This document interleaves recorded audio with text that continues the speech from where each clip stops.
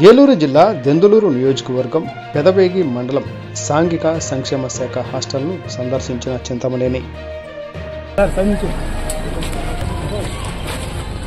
సరే sir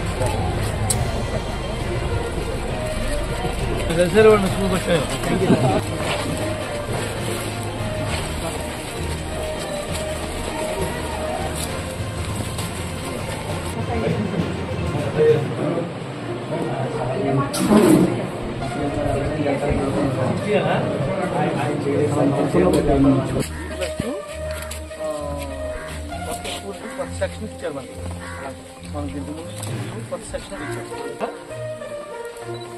E+2 పెట్టాం అనుకోండి, మనకి సేమ్ ఇంత బ్లాక్ వచ్చారు. ఆ రోడ్ E+2 పెడితే మనకి 6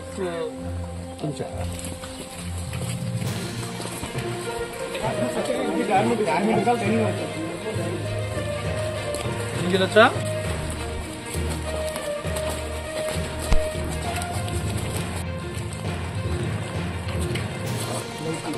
మీకు వాచ్ లేదా?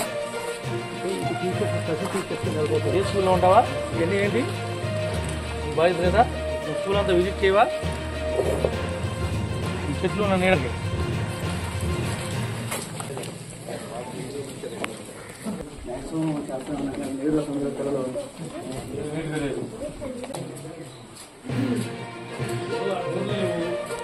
సార్ సార్ ఫోటో తీసి పెట్టు.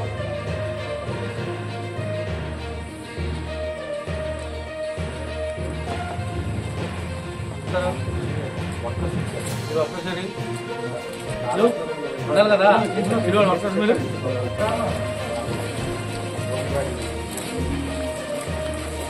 పోటీ చేస్తున్నారు.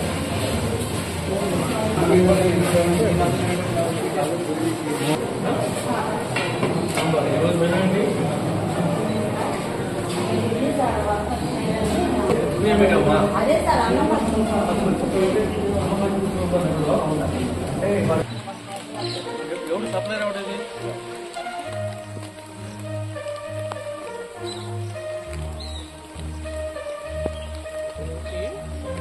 ఏ రోజు పాలు కట్ చేసి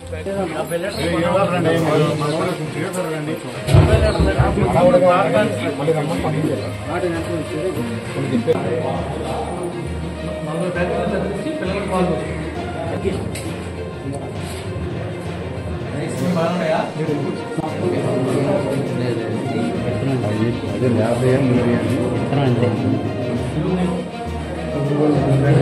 సాంబార్ వేసుకుంటా బాగుంటుంది తప్ప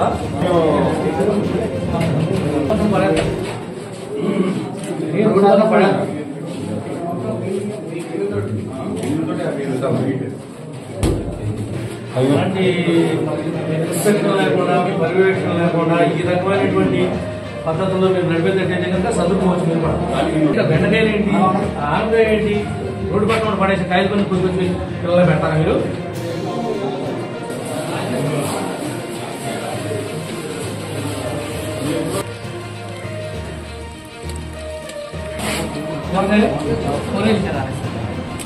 లాస్ట్ వీక్ వచ్చిందే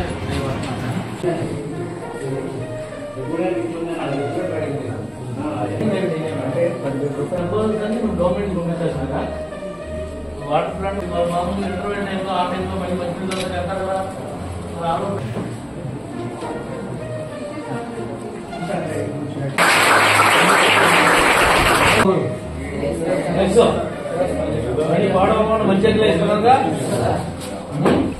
ఈ యొక్క గురుకుల పాఠశాల పెదవేగి, గురుకుల పాఠశాల ఒట్లూరు, ఎవరైతే ఎస్సీ ఎస్టీలకు సంబంధించినటువంటి పేద వర్గాలకు సంబంధించినటువంటి పిల్లలు ఉన్నారో, ఆడపిల్లలు కానీ మగపిల్లలు కానీ, వాళ్ళని చదివించాలి.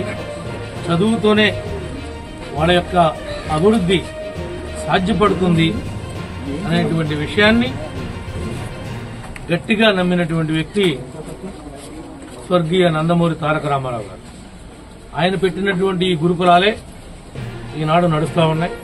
దీంట్లో సీట్ల కోసం అనేక మంది మరి చాలా ఇబ్బంది పడి వాళ్ళ పిల్లలను చదివిద్దాం, ప్రయోజకులు చేద్దామని కలలు కంటా ఉన్నారు.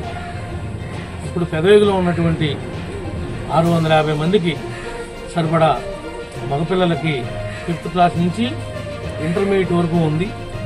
మరొక 5th క్లాస్ నుంచి ఇంటర్మీడియట్ వరకు మరొక మగపిల్లలకి 650 మందికి ఒట్టూరులో ఎంత మేడం వస్తుంది, అక్కడ కూడా 640 మందికి ఆడపిల్లలకు ఉంది. మరొక 640 మంది ఆడపిల్లలకు కూడా అక్కడ అవకాశం ఏర్పడే విధంగా ప్రయత్నం చేస్తాం. 2019లో నేను ఎమ్మెల్యేగా ఉన్నప్పుడు ఇదే పాఠశాలలో అదనంగా 5th క్లాస్ కాడి నుంచి ఇంటర్మీడియట్ వరకు సెక్షన్ వైజ్ పెంచుకుంటూ వెళ్లడం కోసం నేను అనుమతి తీసుకొచ్చాను. ఎక్కడ అది కార్యరూపం ఇప్పుడు ఈనాటి వరకు కూడా దాల్చలేదు. ఇక్కడ ఉన్నటువంటి ప్రిన్సిపల్ వారు కానీ, డీసీ వారు కానీ, స్టాఫ్ కానీ, సిబ్బంది కానీ మీరు ప్రత్యేకంగా దృష్టి పెట్టాల్సినటువంటి అవసరం ఉంది. ఎక్కడ పాలల్లో ఒక్క చుక్క నీళ్లు కడవకూడదు. నాణ్యమైనటువంటి కూరగాయలను వాడాలి. నాణ్యమైనటువంటి వాళ్ళకి చికెన్ పెట్టాలి, గుడ్డు పెట్టాలి, ఫ్రూట్ పెట్టాలి. మెనూలో ఏమాత్రం రాజీ పడినా మరి మా సర్పంచ్ గారు ఎప్పుడైనా విజిట్ చేస్తాడు. జాగ్రత్తగా పిల్లల్ని తీర్చిదిద్దుతారని మనస్ఫూర్తిగా ఆశిస్తూ మీ అందరి దగ్గర సెలవు.